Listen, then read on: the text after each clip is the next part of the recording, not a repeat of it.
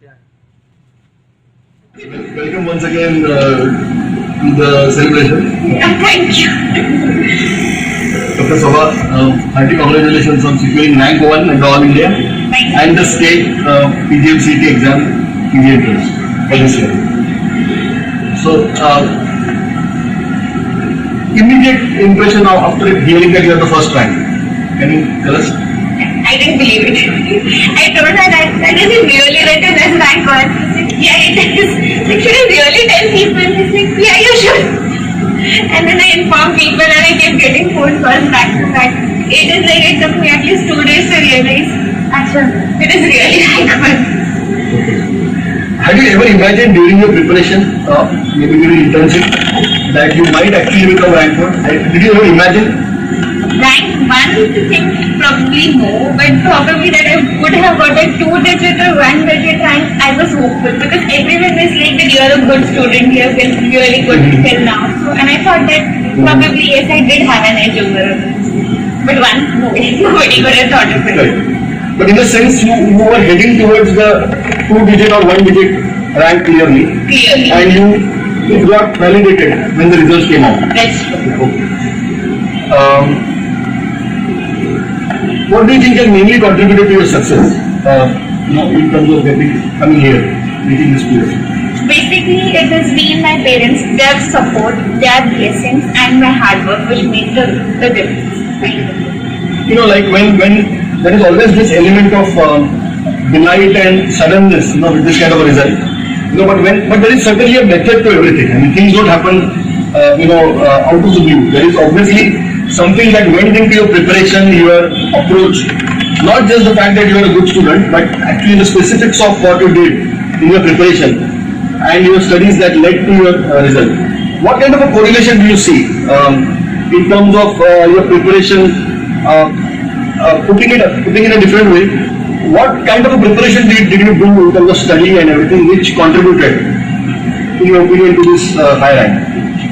Basically, as I would have told you that I had been a good student. As in right from my MBBS years, I have been putting a lot of effort into my studies. Can I take this opportunity to mention that I was a gold medalist? So I'm sorry. As in I have 4 gold medals up till now. 2 of them for being the university topper in first and second MBBS, and the gold medal in pathology and EA. So basically, all my years of MBBS I have been working hard. So internship was the year when I was supposed to consolidate all of these information into a basic idea. So the idea was to have a strategy. The strategy was timed studies.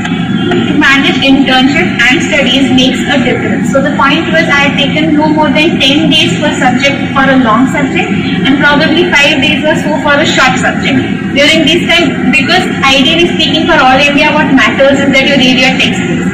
But we didn't have time. So what I did was I picked up the guidebooks. I read all the explanations given in the guidebooks. I solved the MCQs. And then what I did was revision. I cannot stress more than enough how much revision contributed to this success eventually. Every time if I would read a page, my point would be what in this page is worth seeing. Because if you have been a good student, there would be very few points which would actually be new. And it is important to find out what are those new things which you need to revise.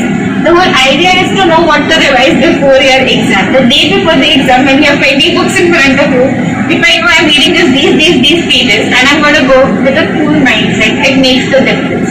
So as I said, what mattered was time-bound studies and revision. A small is beautiful strategy, which is often what even Vidyasagar Peninsula, I speak on behalf of Vidyasagar to audiences or to seminars, to medical students in different medical colleges.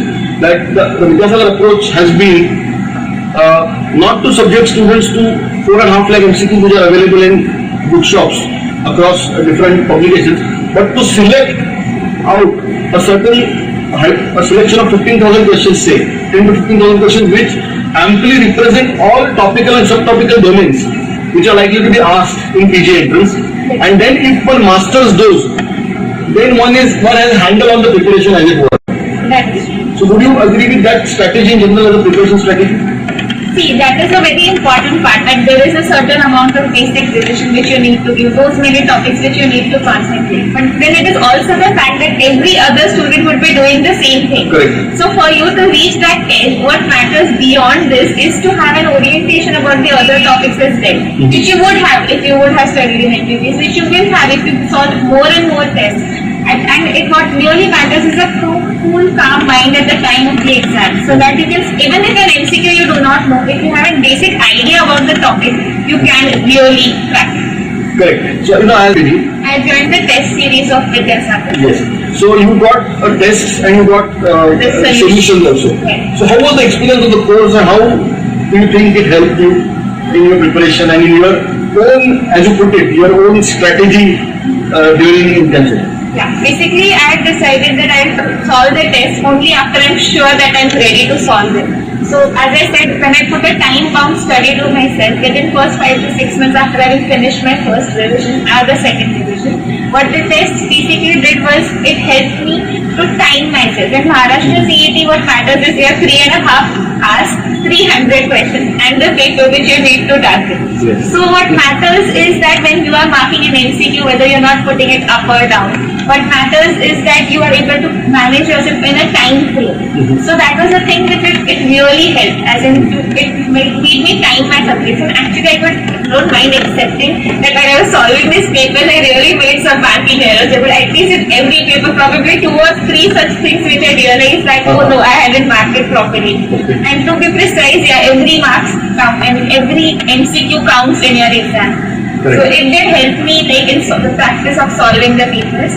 And I can be very honest, the level of questions was very tough. I was actually scared that, oh my god, am I going to give an exam with this level of preparation?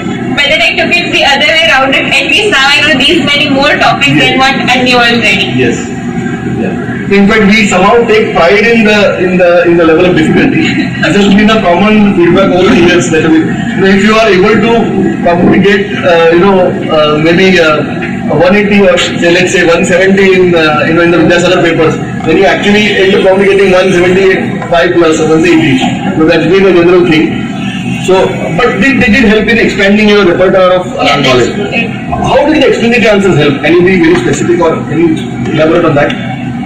Basically, when you're looking at an MCQ, what matters is, as I said, the topics repeat and not the questions. So if your MCQ is from a topic, the explanatory answers makes you go through that topic. So it kind of really It's more demanding in a way.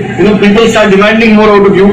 It seems now automatic that Dr. Sabha will always be rank 1, isn't it? So it's too much sometimes of development. What advice would you give to your those who follow you?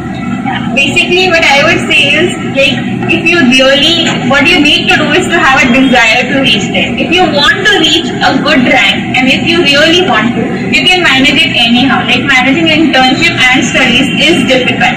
But if you have that desire, and if you once tasted success, if you're actually seeing the reaction which my parents give when I actually get a good rank, I really want them to be that happy again. So it is a driving force for me. So if you have the desire and you have the right approach, the approach means first of all believe in yourself, you can reach there. After all, you are into MBBS, which means you must have been a good student when you crossed to it.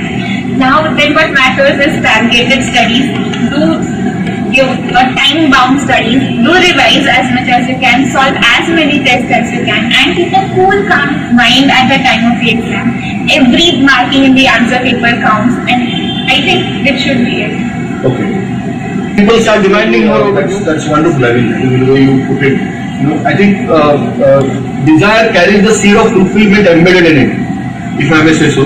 The desire for getting a rank 1 or desire for excelling carries within it also, at an embryonic level or at a very formative level, the seed of its own fulfillment.